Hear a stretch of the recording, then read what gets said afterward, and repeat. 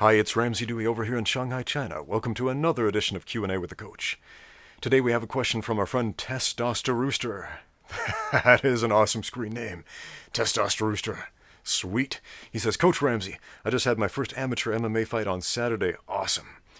He says it was scary as hell, but exciting as well. He won 1 minute and 20 seconds into the first round by doctor's stoppage.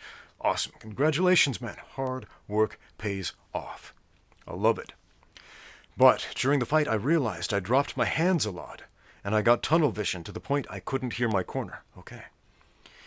And also, I made the rookie mistake of throwing all bomb shots, which made me super tired. But now I know what an actual fight is like. I'll adjust my game better. My question is, how can I improve my calmness in the fight? I'm cool while sparring, but in the fight, I just lost all my calmness. And also, how can I pace myself better? Thank you. Okay. Yeah, that makes sense, man. You got out there, you trained, you fought, and man, that is an experience, right? Your first fight where you realize it's different than what I thought, right? And one of those big revelations is we have less control over ourselves than we thought.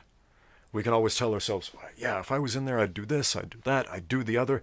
Then you actually get in there, you kind of go on autopilot a bit, and yeah, reality is different than imagination. But you did it, that's awesome. And you won, good.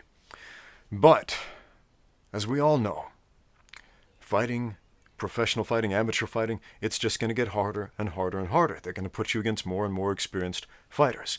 And you're doing the right thing, seeking how to fix the problems, looking at the footage of the last fight, seeing that you're dropping the hands, figuring out ways to fix it. So how do you stay calm?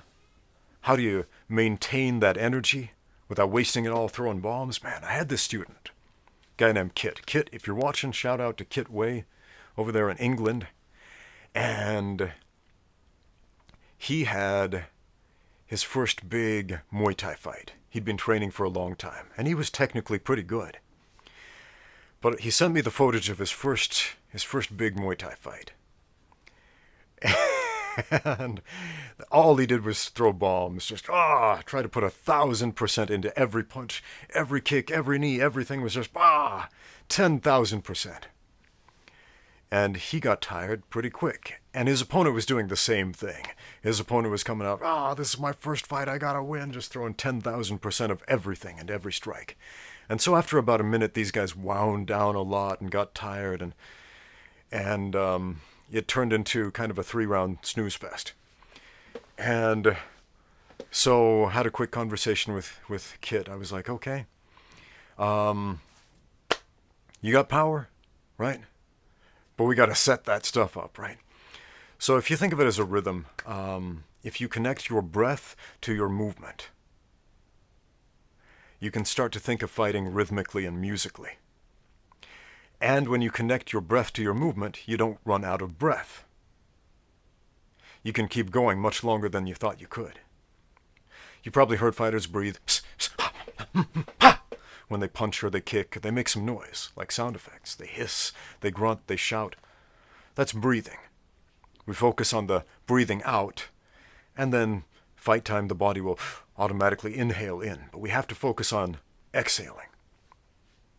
And the rhythm is so important. Not every shot is a big, heavy power shot. Not every shot is a giant flexion of all the muscles. In fact, if you can stay relaxed, boom, you can turn your body into a whip instead of a hammer. Sorry about that break in the video. There was a My Little Pony emergency involving my 4-year-old daughter, so we're back. So, what was I saying? Yeah. So the rhythm. If you think about it like you throw a couple of quick whippy shots, pop, pop, pop, pop, whoom, and then a heavy one, right? Why does the 1-2 combo exist? The jab, straight. Why does that exist?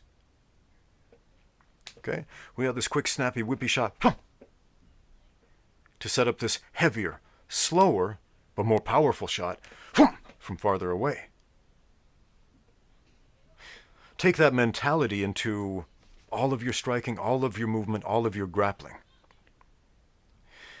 When I spar, when I fight, when I move, when I train, I sing myself a little song about the way I'm moving, if you will. That sounds kind of silly, but try it.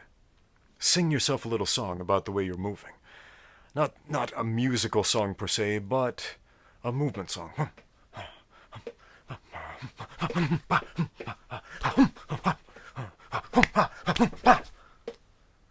Okay?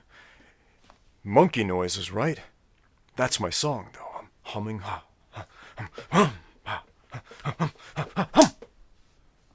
Okay? Again, it sounds like monkey noises from the outside, but inside of me it's this rhythm. Boom! Right? To set up my heavy stuff, to make my angles. I sing the way I want to move. I breathe the way I want to move. I express the air the way I want to move.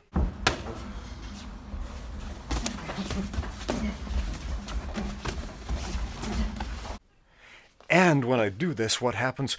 My body breathes in automatically in the intervals in which it needs to keep me moving. As soon as we stop breathing correctly, we start dying. We start getting tired. That's no good in a fight, right? It's terrifying being tired when somebody's throwing bombs at you. Now, you said something else, that you got tunnel vision and you couldn't hear your corner. Okay. Yeah, that's something you got to practice. That's a skill set you got to practice at. And that's good that you recognize that. That's really good you recognize that. Because now you can start thinking of some ways to fix that. One thing I used to do a lot with my fighters back in the U.S. was practice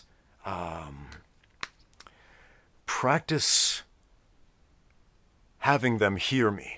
Because in a crowded venue, it's hard to hear your coach. You got a crowd in the background cheering and booing. A lot of static going on there. You got people up front thinking they're experts. If I was in there, I'd punch him in the face, kick him in the head, knees. All this silly stuff going on there. You got everybody interjecting their opinion, yelling over their cornerman. So I would always make it a point to speak in a loud but calm voice, so that it would be the only calm voice in the room and easy to pick out from the crowd. Loud, you have to project, but calm.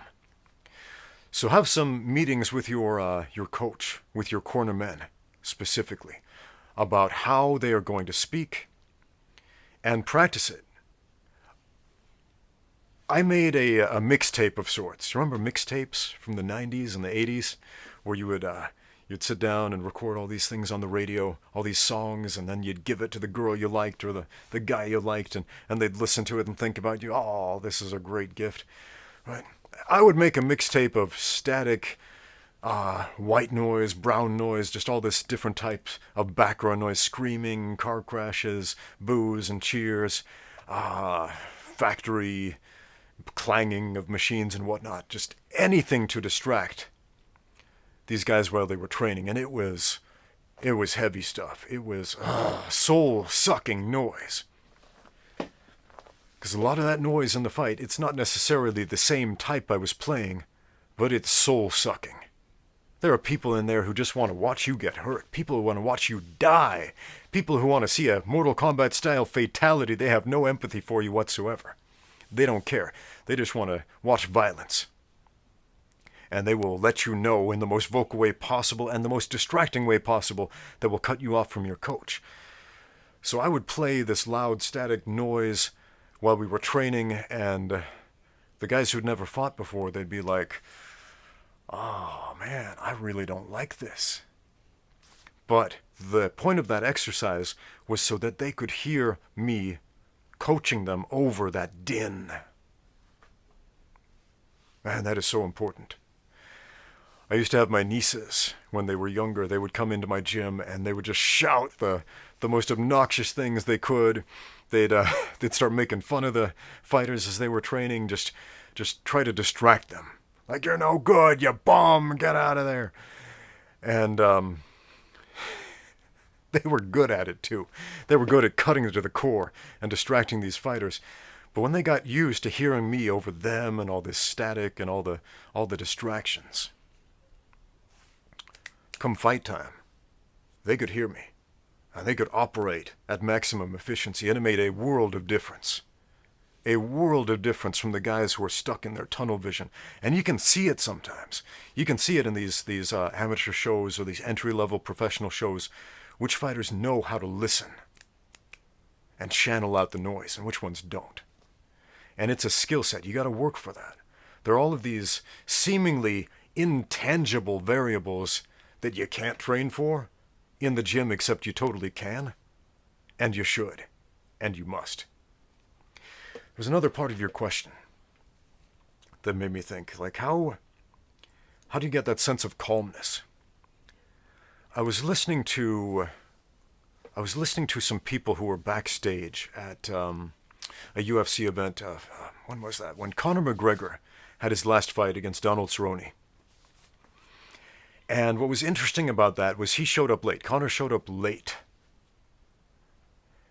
And that's a big deal for a lot of fighters because it doesn't give you a lot of prep time. It doesn't give you a lot of time to wrap your hands and warm up and do all of these other things and wait nervously backstage. A lot of the fight game is hurrying up and waiting. A lot of times they'll drive you out to the venue or fly out to the venue, whatever type of venue it is, and you sit there for like hours and hours backstage pacing, looking over into the other locker room, if there is a locker room. Man, I remember this one fight venue. The warm-up area for the fighters was this half-flooded basement filled with garbage underneath a nightclub, and it sucked. But a lot of the times you're just over there at the venue, you're looking over at the other guy like, oh, man, I'm going to fight that guy in 3 hours. And then that eats away at you. It's difficult to be calm in that situation. But what was interesting about McGregor, he shows up late with just enough time to wrap his hands, do a quick warm-up, and then get in the cage. Now, I'm not recommending that you show up late because you don't have the type of star power to get away with that stuff that McGregor did, but what worked out really well and what that made me think about was how incredibly calm he was during that performance. Right? Remember when Cowboy Cowboy's a tough guy, man. He's a tough guy. And McGregor went out there super calm. And it paid off. It paid off, man.